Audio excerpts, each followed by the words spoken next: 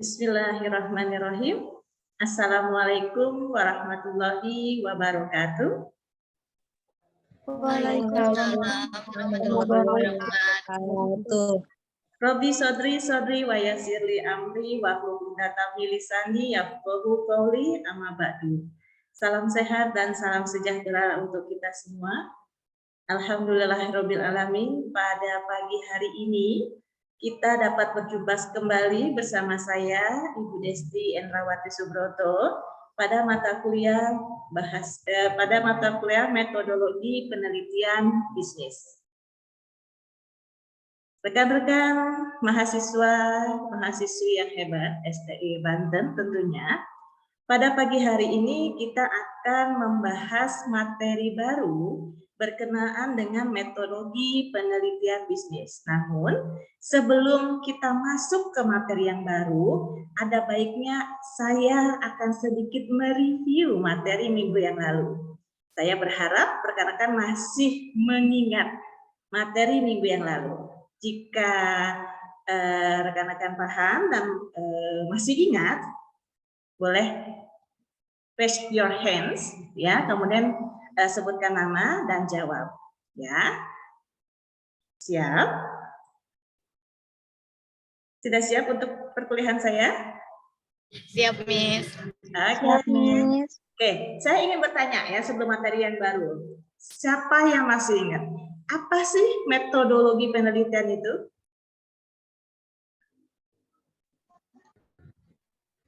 Izin jawab, Miss. Oh ya, silakan Fitri.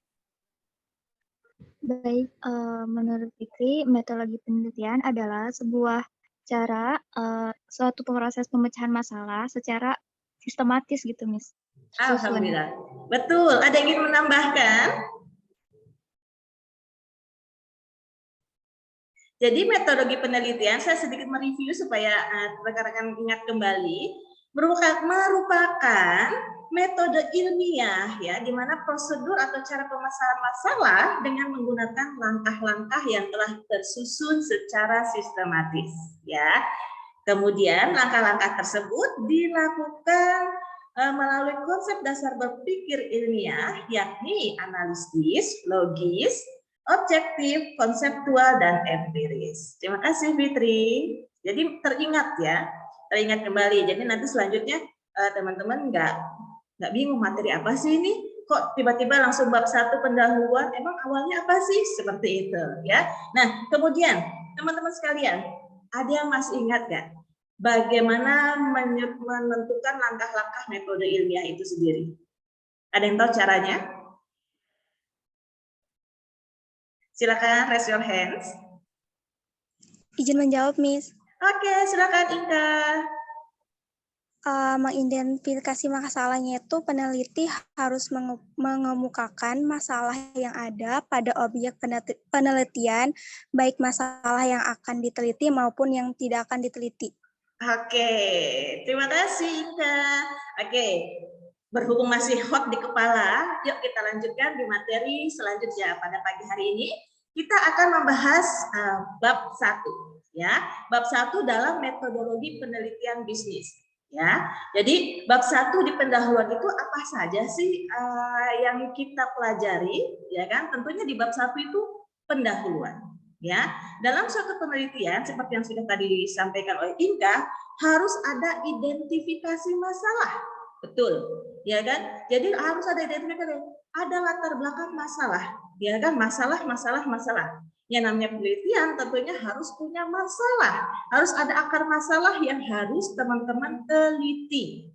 Nah, dalam latar belakang masalah itu sendiri ada fenomena-fenomena yang mana teman-teman juga harus mengetahui atau minimal langkah apa sih, ya kan? Apa sih yang ada di latar belakang itu? Kita lihat ada apa dengan variabel penelitian. Kemudian data yang betul mendukung variabel penelitian Anda. Kemudian research gap-nya, penelitian sebelumnya yang mendukung variabel penelitian. Ya, research gap itu harus teman-teman kuasai juga, ya kan? Ketika Anda meneliti sesuatu, tentunya harus ada peneliti pendukung sebelumnya, kemudian Anda memperhalus lagi, memperkuat lagi penelitian Anda. Seperti itu. Nah, di sini saya akan memberikan contoh ya kan untuk prodi manajemen, untuk prodi akuntansi nanti contohnya kita bahas melalui grup WhatsApp ya. Sementara ini kita bahas mengenai judul di prodi manajemen ya. Untuk akuntansi nanti kita bahas di grup WhatsApp ya. Kemudian di sini saya ada judul pengaruh kompetensi dan pengalaman kerja terhadap kinerja pegawai PT Mitra Sono tahun 2019. Nah, di sini teman-teman bisa lihat, yang diteliti adalah atau masalahnya adalah X1 itu ada kompetensi, yang kedua pengalaman kerja. Kemudian, apa hubungannya antara kompetensi dan pengalaman kerja terhadap kinerja pegawai PT Mitra Sono? Gitu, ya. Kemudian di sini lihat, ada time series-nya, ya kan, waktu. Ketika kita meneliti sesuatu, kita harus tentukan timernya, ya kan. Timer itu untuk apa? Supaya penelitian kita tuh nggak lari kemana-mana, nggak jauh, ya kan. Nggak semua diteliti dari tahun 1000 Masehi sampai dengan sekarang, nggak mungkin, ya kan. Ditentukan dalam gap yang mana. Sekarang 2022. Oh, saya mah meneliti di tahun 2019-nya aja, seperti itu. Boleh, ya kan? Otomatis Anda mundur ke belakang, mencari data-data di belakang, ya kan? Oke, kita putuskan tahun 2019, gitu. Kemudian siapa sih objek yang kita teliti? Tentunya adalah pegawai PT Mitra Sono. Jadi teman-teman hanya meneliti ya pegawai itu aja, nggak boleh pegawai tetangga diteliti juga, ya. Kenapa? Karena datanya ada di situ, gitu, ya. Kemudian teman-teman sekalian, nah untuk lebih memperkaya lagi teman-teman lebih paham lagi, coba nanti teman-teman mau belajar ya kan, breakdown judul kalian masing-masing. Nah teman-teman pasti punya judul nih, dari kepala udah punya nih kan. Oh iya, nanti saya punya kuda-kuda nih untuk penelitian saya atau nanti persiapan skripsi saya, judulnya ini. Misalnya judulnya apalah, pengaruh terhadap apa, pengaruh apa terhadap apa, di mana, tahun berapa misalnya, ya kan. Contohnya sudah ada di atas, ya kan. Jadi Anda bikin breakdown, ya nanti Fitri, Inka, kemudian Intan, Rifa mulai membreakdown, coret-coret dulu lah, gitu kan. Judul penelitian Anda tuh nantinya akan seperti apa. Nah, kerangka pemikirannya sudah saya share di slide atas atau di slide sebelumnya, gitu, ya. Kemudian teman-teman sekalian, tentunya kita akan membahas fenomena, ya kan. Fenomena itu dilihat dari umum ke khusus, ya. Fenomena itu dilihat dari umum ke khusus, ya. Bagaimana cara melihatnya, ya, dari umum dulu, ya kan. Ada apa dengan kinerja PT Mitra Sono di tahun 2019? Ada apa sih, ya kan? Kemudian kita lihat juga ada apa dengan kompetensi pada PT Mitra Sono. Yang terakhir, ada apa dengan kinerja pegawai PT Mitra Sono, ya kan, seperti itu. Kenapa sih sampai diteliti, ya kan? Kemudian otomatis kita nggak bisa asal jeplak kok PT Mitra Sono pegawainya males-males. Boleh nggak kita ngomong kayak gitu? Kira-kiranya? Tidak boleh, Miss. Betul, Tidak ya. Nggak boleh kita menilai sesuatu tanpa ada bukti, ya kan? Buktinya seperti apa? Buktinya dengan apa? Ada data. Ya, nah data ini yang akan kita teliti nantinya. Ya, data itu berkaitan dengan apa? Berkaitan dengan kinerja, berkaitan dengan kompetensi, berkaitan juga dengan kompetensi pada pegawai Mitra Sono di sana. Ya, jadi kompetensi. Oh, saya mistypo ya, sorry ya. Kemudian research gap-nya. Ya, research gap-nya itu seperti apa, ya kan? Ada namanya penelitian, pasti nanti hasilnya ada yang positif, ada yang negatif, ya kan? Hasil yang positif tentunya menyenangkan, kalau hasil yang negatif bukan harus dimusuhi penelitinya, harus ada perbaikan diri di perusahaan tersebut. Ya, contoh mungkin di tahun 2019 keuntungan atau laju perusahaan itu tidak maksimal, misalnya kan. Kemudian perusahaan itu mengalami kemunduran. Ya, mengalami kemunduran. Kenapa nih?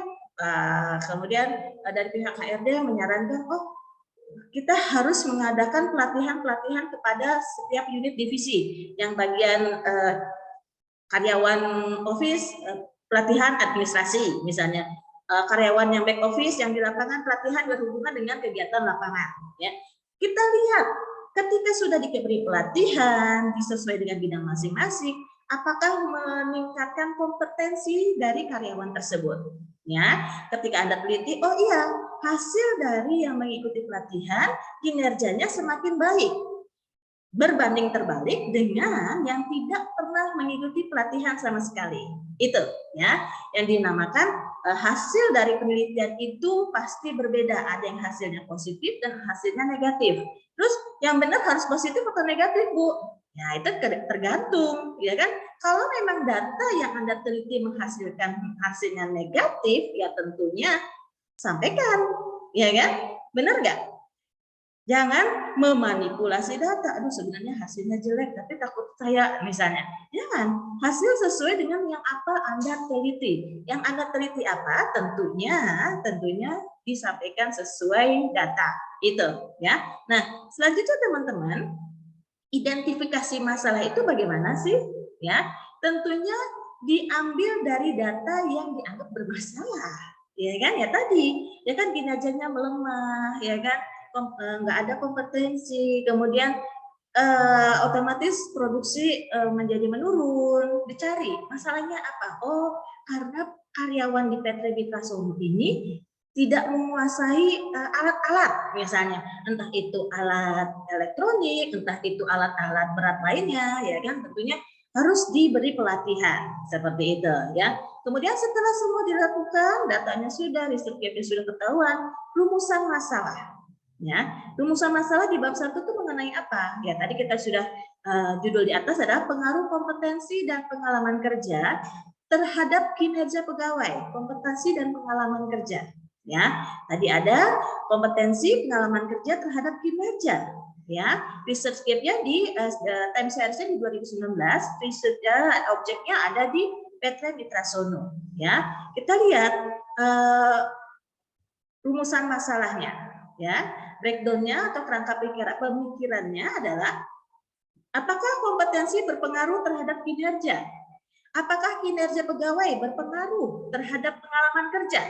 Apakah kompetensi dan pengalaman kerja berpengaruh terhadap kinerja pegawai di PT Mitra Sono pada tahun 2019? Apakah saling berketerkaitan? Apakah orang yang berpengalaman kinerjanya bagus? Ataukah orang yang berkompetensi kerjanya bagus? Itu kan korelasi sekali ya, gitu lah. Agak sedikit bisa nyambung nggak? Kalau orang pengalaman kinerjanya pasti bagus nggak?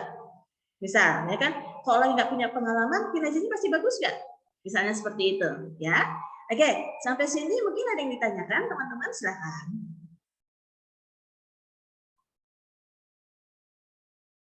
Mungkin Intan ada yang ditanyakan?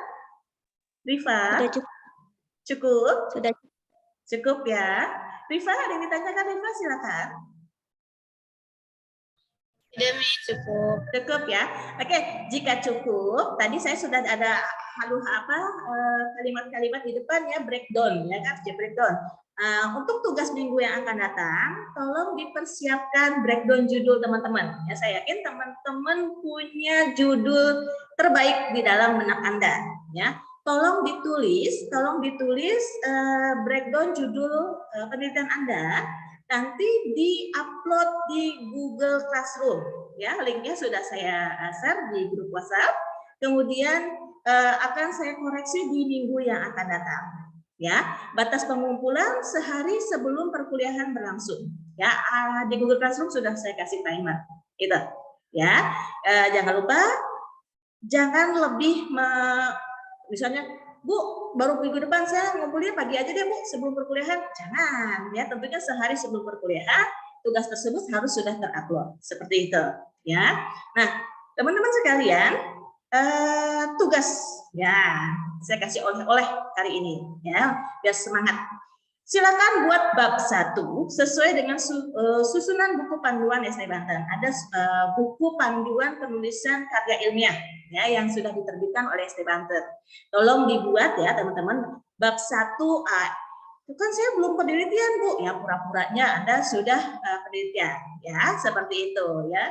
Jadi tolong teman-teman buat kemudian diupload. Teman-teman sekalian, untuk absensi Untuk absensi, teman-teman bisa menulis di Google Classroom. Kemudian dan di WhatsApp grup. Ya, terima kasih atas kehadirannya. Kita akhiri sampai di sini. Wabillahi taufiq wal hidayah. Wassalamualaikum warahmatullahi wabarakatuh. Terima kasih. Sampai jumpa. Terima kasih. Sama-sama. Sampai jumpa teman-teman. Kita ketemu di minggu yang akan datang ya. Salam sehat selalu. Tetap semangat kuliahnya walaupun kita dalam kondisi kuliah online. Ya.